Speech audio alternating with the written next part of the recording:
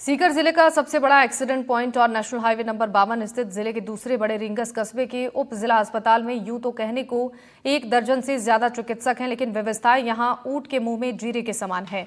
अगर बात की जाए यहां के मॉर्चरी की, तो मॉर्चरी के हालात ऐसे हैं कि चूहों की भरमार है जो शव तक कुतर देते हैं। साथ ही सबसे बड़ी समस्या लावारिस और अज्ञात शवों को रखने में आती है, क्योंकि उनके लिए यहाँ पर फ्रिज भी नहीं है। यहां तक कि मॉर्चरी में बिजली पानी की व्यवस्था नहीं है और डीप फ्रिज के अभाव में इस भीषण गर्मी में शव दूसरे दिन ही दुर्गंध देने लगते हैं, जिससे लोगों की परेशानियां बढ़ जाती हैं। आश्वासन के बाद लोगों को उम्मीद है कि जल्द अस्पताल के मॉर्चरी के हालात सुधरेंगे।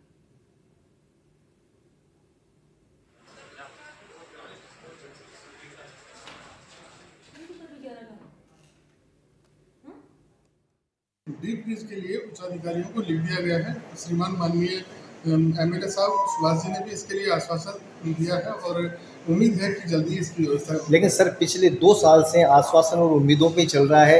4 मामले से हो गए कि आपको पोस्टमार्टम भी बाहर करने पड़े हैं दूसरी जगह। ये समय की उसको देखते हुए आगामी कुछ ही समय में आश्वासन मिला है कि ये व्यवस्था हो जाएगी।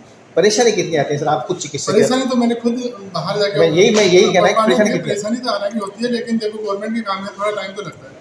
थोड़ा टाइम लगता है। आपको कितनी उम्मीद है, कितने टाइम में? अब उम्मीद है कि अगले 1 महीने में ये आ ही जाएगा। जो 2 साल में खंडेला विधानसभा को जो ऐतिहासिक बजट दिया गया, उसका आभार जताने के लिए हम एक सभा के रूप में मुख्यमंत्री जी का स्वागत कर रहे हैं और एक अच्छी शानदार सभा होगी। और निश्चित रूप से इस 1.5 साल के कार्यकाल में, जिसमें 2 बजट आए हैं, खंडेला को बहुत बड़ी सौगातें मिली हैं। हम रिंगस की बात करें तो यहाँ पे सरकारी कॉलेज और ये जो जहाँ पे परिसर में हम खड़े हैं और डॉक्टर स्वर्गीय सतीश जी पूनिया को श्रद्धांजलि देने के लिए यहाँ पे हम सब आए हैं, उसी अस्पताल को उपजिला अस्पताल में क्रमोन्नत करने का काम उन्होंने पहले बजट में किया। सर अस्पताल की बात चली है तो मोर्चरी के हालात आज भी बदहाल है। मोर्चरी के लिए तक नहीं है मेरी बात सुनिए। मोर्चरी के लिए मैंने मेरे विधायक कोटे से मैंने भिजवा दिए हैं। जल्द ही आपको सैंक्शन देखने को मिलेगी और नया मोर्चरी भवन आपको देखने को मिलेगा। ये रिंगस उप जिला अस्पताल की मोर्चरी में अपने कैमरामैन से कहूं कि वो दिखाए कि मोर्चरी के क्या हालात हैं। आप देख सकते हैं चारों तरफ यहाँ जंगल ही जंगल सा नजर आता है। ना यहाँ खड़े रहने के लिए जगह है, ना ही यहाँ पे कोई बैठने की व्यवस्था है। और आप देख सकते हैं दोनों साइडों में, पूरी तरह से दोनों साइडों में जंगल है। और मैं अपने कैमरामैन से कहूँ कि वो दिखाए अंदर मोर्चरी के हालात क्या है। यहाँ ना तो डीप फ्रीज की व्यवस्था है, ना लाइट की व्यवस्था है।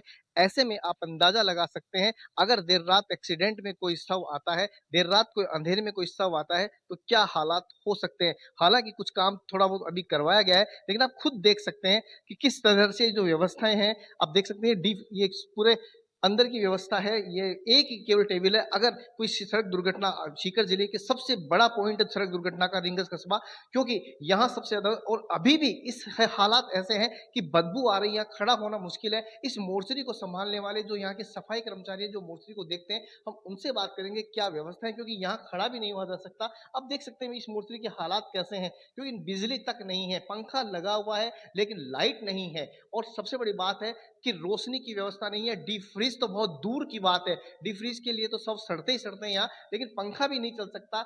यहाँ तक कि एक बल्ब तक नहीं है। आप देख सकते हैं कि बल्ब भी नहीं लगा हुआ है, हालांकि फिटिंग की हुई है, लेकिन लाइट नहीं है इसमें।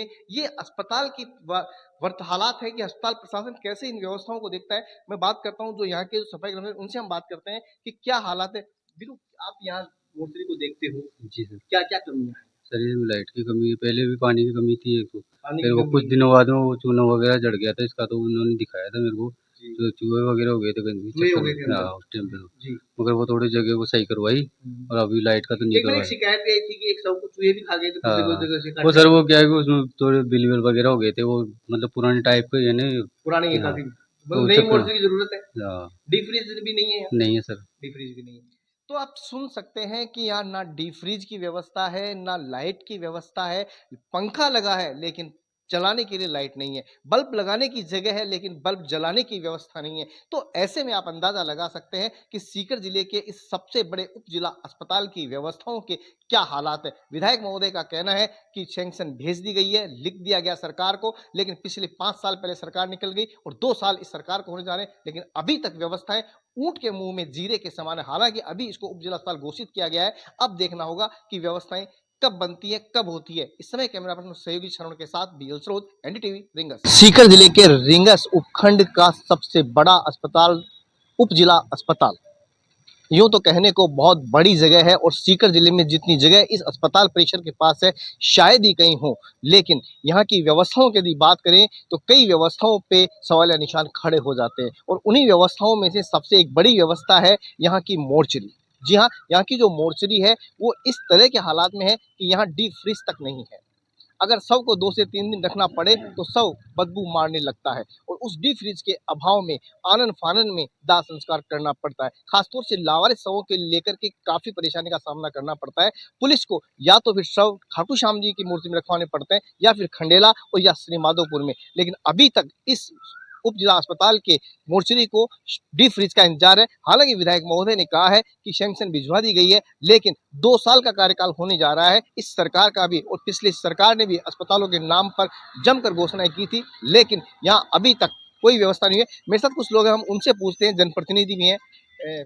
आपका स्वागत है, आपकी सरकार भी है, भाजपा पार्षद भी हैं, इस अस्पताल की क्या व्यवस्थाएं हैं और डीप फ्रीज नहीं है, क्या कहना चाहिए? देखो, विधायक महोदय ने सैंक्शन भेज दी है और जल्दी डीप फ्रीज मिलेगा और मोर्चरी भी फर्स्ट क्लास बनाई जाएगी अपने विधायक कोटे से। और विधायक महोदय लगातार लग रहे हैं मॉनिटरिंग के अंदर और ये जो अपना ट्रॉमा सेंटर, इनके भी हालात थोड़े है दयनीय है। और इंचार्ज को आप कहेंगे कुछ व्यवस्था सुधारने के लिए? इंचार्ज को मैंने बोल रखा है 2-4 बारी। और वैसे कल रात को भी मेरी बात हुई थी, अपने रामतार जी दाइमा है वो यहाँ के परिवार इंचार्ज है, तो उनको मैं बोल दिया, बोले ऐसी बात नहीं है वीरभद्र जी, बहुत ही जल्दी कार्य होगा ये। और पूछते हैं, सर डीप फ्रीज नहीं है अस्पताल में, बड़ा अस्पताल है, शव सड़ जाते हैं, बदबू मारने लगते हैं, क्या कहना चाहेंगे? होना चाहिए व्यवस्था क्या है?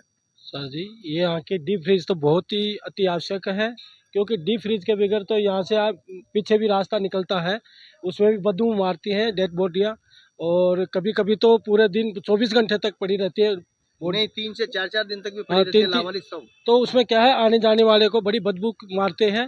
दूसरा, यहाँ पर जो विंडो खिड़की है ओपीडी की, वहाँ पर एक ही स्टाफ बैठता है। दूसरा अगर स्टाफ बैठ जाए तो लंबी लंबी लाइनें जो लगी हुई है वो नहीं लगे, बीमार आदमी है बैठे रहते हैं, इंतजार करते रहते हैं और ओपीडी की पर्ची नहीं कट पाती है। तो आप सुन सकते हैं लोगों की जुबानी, वो उनका साफ कहना है कि डीप फ्रीज होना चाहिए, क्योंकि कहा जाता है कि जब आदमी इस दुनिया से चला जाता है तो उसे सुकून भरी 2 पल या जो भी दिन मिले या जो भी समय मिले वो तो उसके सामने निकले, लेकिन यहाँ के इस उप जिला अस्पताल रिंगस के मोर्चरी के हालात ऐसे हैं कि अगले ही दिन इस भीषण गर्मी में छड़ान मारने लगते हैं सब और उनको आनन फानन में जलाना ही पड़ता है, फिर चाहे उनकी शिनाख्त हो या ना हो। सहयोगी शरणों के साथ बीएल स्रोत, एनडीटीवी, रिंगस।